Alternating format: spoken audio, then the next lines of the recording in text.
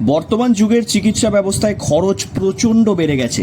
সরকারি হাসপাতালগুলি বাদ দিয়ে বেসরকারি হাসপাতালে চিকিৎসা করাতে গেলেই জীবনের সব সঞ্চয় শেষ হয়ে যাচ্ছে বহু মানুষের। তারপরেও মিলছে না 100% সফলতা। তবে এই চিকিৎসার খরচকে নামিয়ে নিয়ে আসা যায় নামমাত্র মূল্যে। এখন প্রশ্নটা হচ্ছে কিভাবে?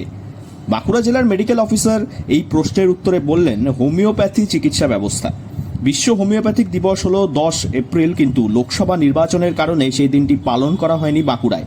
তবে বাঁকুড়ায় 24 থেকে 30 জুন চলছে হোমিওপ্যাথিক সচেতনতা সপ্তাহ। তাই এই সময়টাকে উপলক্ষ করেই পালন করা হচ্ছে এক প্রকার হোমিওপ্যাথি এক উৎসব। এই সপ্তাহ জুড়ে চলছে হোমিওপ্যাথি সচেতনতা। জেলার হোমিওপ্যাথি ডিসপেন্সারিগুলিতেও করা হচ্ছে বিভিন্ন রকমের ক্যাম্প, যাতে মানুষের সচেতনতা বাড়ে হোমিওপ্যাথি চিকিৎসার প্রতি।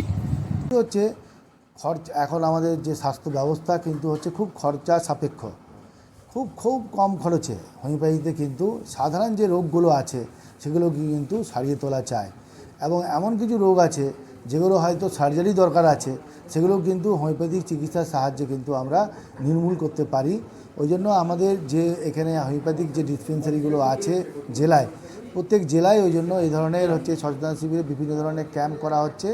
এবং সেই ক্যাম্পগুলোতে মানুষকে যাতে হোমিওপ্যাথি চিকিৎসার প্রতি আরও আকর্ষণ বাড়ে, তার জন্য কিন্তু এই জিনিসগুলোকে তুলে ধরা হচ্ছে। ডিস্ট্রিক্ট মেডিকেল অফিসার আরও বলেন যে কিছু কিছু ক্ষেত্রে দেখা গেছে অ্যালোপ্যাথি চিকিৎসায় একটা জায়গায় গিয়ে থেমে যায়। সেসব ক্ষেত্রে মানুষ এগিয়ে আসেন হোমিওপ্যাথির দিকে। এছাড়াও অ্যালোপ্যাথি চিকিৎসায় রয়েছে পার্শ্ব প্রতিক্রিয়া, যেটা হোমিওপ্যাথিতে নেই বললেই চলে। বাচ্চারা খেতে চান না অ্যালোপ্যাথিক ওষুধ, বাচ্চাদের ওষুধ খাওয়ানো এক প্রকার যুদ্ধে পরিণত হয়েছে, কিন্তু হোমিওপ্যাথি ওষুধ খুব সহজেই খেয়ে নেয় বাচ্চারা। এই সকল কারণের জন্যই হোমিওপ্যাথিক গুরুত্ব অপরিসীম বলে মনে করছেন তিনি। আর তারপরে অ্যালোপ্যাথিক যে চিকিৎসাগুলো আছে তাতে দেখা যাচ্ছে যে ডোজ আছে সেই ডোজটা যদি মেনটেন করে ওষুধ খাচ্ছে, তাতেও কিন্তু প্রচুর সাইড এফেক্ট দেখা যাচ্ছে।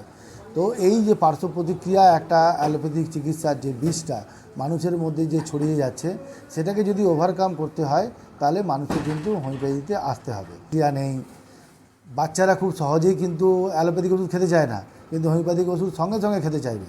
তো কেননা এটা কম্প্যাটিবিলিটি অনেক বেশি। হোমিওপ্যাথি হলো এক প্রকার বিকল্প চিকিৎসার একটি ছদ্মবৈজ্ঞানিক পদ্ধতি। এটি 1796 সালে জার্মান চিকিৎসক স্যামুয়েল হানিম্যান শুরু করেছিলেন। এর অনুশীলনকারীরা হোমিওপ্যাথ বা হোমিওপ্যাথিক চিকিৎসক নামে পরিচিত। এই পদ্ধতিতে চিকিৎসা ব্যবস্থার প্রতি সচেতনতা গড়ে তুলতে বাঁকুড়ায় চলছে হোমিওপ্যাথিক সপ্তাহ পালন। বাঁকুড়া থেকে Nilanjan match report, local 18 Bangla.